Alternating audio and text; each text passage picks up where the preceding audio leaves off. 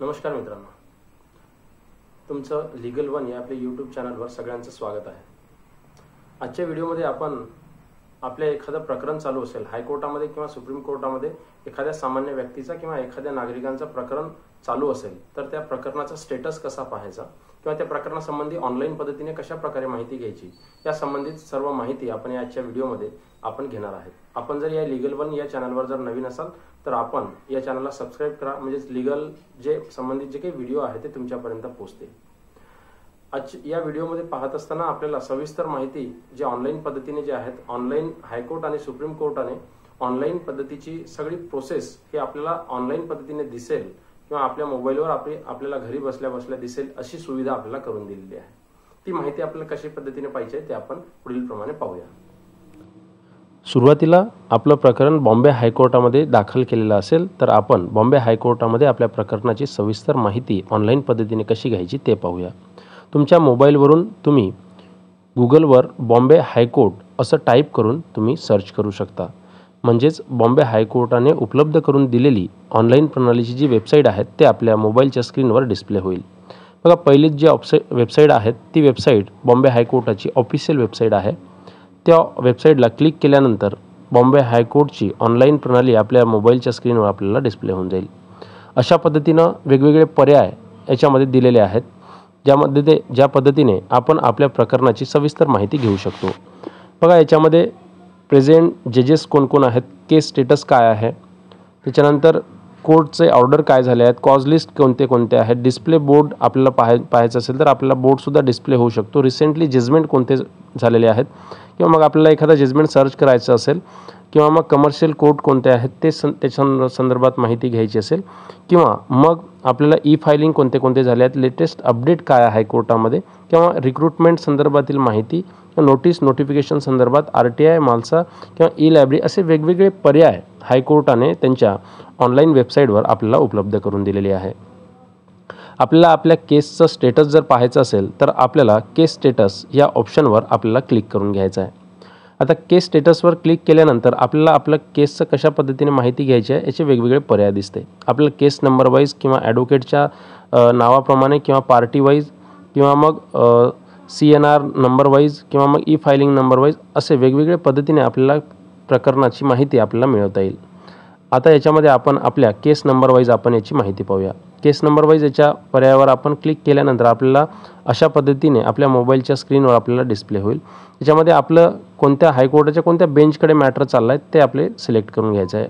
याच्यामध्ये 3 पर्याय दिसतील, बॉम्बे, नागपूर आणि औरंगाबाद। आता आपलं प्रकरण बॉम्बे हायकोर्टामध्ये दाखल असेल तर आपण बॉम्बे हायकोर्ट निवडून घ्यायचं आहे। त्याच्यानंतर साईड सिव्हिल आहे की क्रिमिनल आहे याची माहिती आपण त्याच्यामध्ये भरून घ्यायची आहे। त्याच्यानंतर आपलं रजिस्टर किंवा आपल्याकडे जो नंबर आहे तो रजिस्टर किंवा स्टॅम्प नंबर आहे त्याची माहिती त्याच्यामध्ये पर्याय निवडून घ्यायचा आहे। आणि आपल्याकडे जो असलेला नंबर आहे आपल्या पिटिशनचा किंवा प्रकरणाचा नंबर, ते नंबर त्या खाली आपण फिल करून घ्यायचा आहे।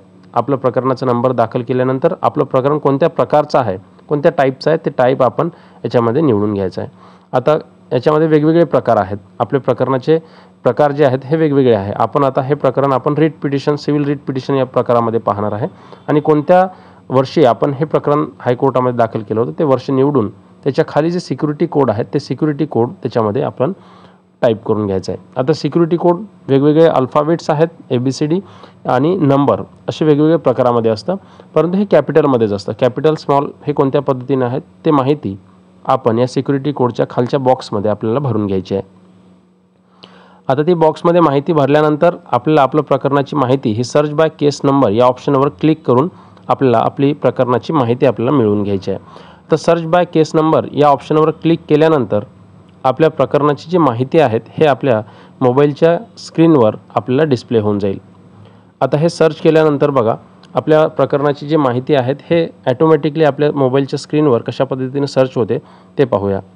हे बघा, हे अशा पद्धतीने आपल्या प्रकरणाची माहिती आपल्याला डिस्प्ले झाली आहे।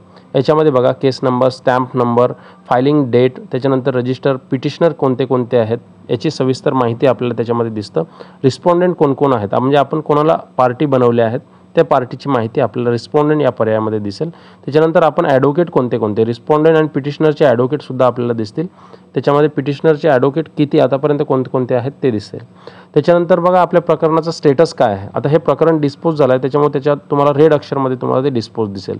डिस्पोज कोणत्या तारखेला झाला आहे त्याची डेटसुद्धा आपल्याला दिसते आणि डिस्पोज कोणत्या जस्टिसकडून किंवा कोणत्या बेंचकडून किंवा कोणत्या कोरमकडून झाला आहे हे सुद्धा आपल्याला दिसते. याच्यामध्ये केसचं लास्ट डेट कोणती आहेत. लास्ट डेट बघा 14/3/2024 असे दाखवले आहेत. हे लास्ट डेट तुम्हाला त्याच्यामध्ये दिसेल आणि कोणत्या बेंचकडे हे मॅटर होतं त्याची सविस्तर माहितीसुद्धा तुम्हाला दिसेल. त्याच्यानंतर खाली 8 पर्याय दिलेले आहेत. तुम्हाला आतापर्यंत कोणत्या डेट्स तुमचे झाले आहेत, आर्ग्युमेंट कोणते झाले आहेत. त्याच्यामध्ये बघा खालचं जे आहेत लिसनिंग डेट हा तुमचा 7व्या प्रकारामध्ये तुम्हाला दिसलेला आहे. 7व्या बॉक्समध्ये ह्या लिसनिंग डेटवर क्लिक केल्यानंतर आतापर्यंत तुमच्या प्रकरणात किती डेट्स पडल्या आहेत किंवा कोणते प्रकरण आर्ग्युमेंट काय झाले आहे याची सविस्तर माहिती तुम्हाला दिसते. बघा पर्याय याच्यामध्ये पहिल्या बॉक्समध्ये तुमचे कोणत्या तारखेला हे डेट्स पडले आहेत, कोणत्या जस्टिसकडून किंवा कोणत्या कोरमकडून हे मॅटर चालवण्यात आलेलं आहे आणि त्याच्यानंतर इकडे ऑर्डर काय झाले आहेत याची सविस्तर माहिती तुम्हाला दिसेल. A to Z पर्यंत तुमचं प्रकरण दाखल झालं तेव्हापासून तर तुमचं मॅटर हे फायनल निर्णयापर्यंत गेल्या तिथपर्यंत तुमची सविस्तर माहिती तुमच्या या लिसनिंग डेट या ऑप्शनमध्ये तुम्हाला दिसेल. जर तुमच्या कोणत्या डेटला कोणते ऑर्डर झाले आहे किंवा त्या कोणते जजमेंट पडले आहे त्याच्यामध्ये तर ते तुम्हाला पाहायचं असेल तर तुम्हाला ग्रीन आणि ब्ल्यू या कलरमध्ये तुम्हाला वेगवेगळे ऑर्डर तुम्हाला दिसेल. याच्यामध्ये तुम्हाला त्या ग्रीन या ऑर्डरवर तुम्ही क्लिक केल्यानंतर तुमच्या मोबाईलमध्ये ॲटोमॅटिकली एक PDF फाईल हे डाउनलोडचं ऑप्शन तुम्हाला तुमच्या मोबाईलच्या स्क्रीनवर तुम्हाला दिसेल. हे डाउनलोडचं ऑप्शन दिसल्यानंतर तुम्ही डाउनलोडवर क्लिक करून तुम्ही ती फाईल डाउनलोड करून घेऊ शकता आणि तुमचं प्रकरणाचं सविस्तर माहिती तुम्हाला या डाउनलोड फाईलमध्ये पाहून तुम्हाला मिळून जाईल. आपण या चॅनलवर जर नवीन असाल तर आपण या चॅनलला असंच लीगल व्हिडिओ पाहण्यासाठी तुम्ही सबस्क्राईब करू शकता. तुम्हाला व्हिडिओ आवडला असेल तर लाईक करा आणि तुमच्या मित्रांपर्यंत हा व्हिडिओ पोहोचवू शकता.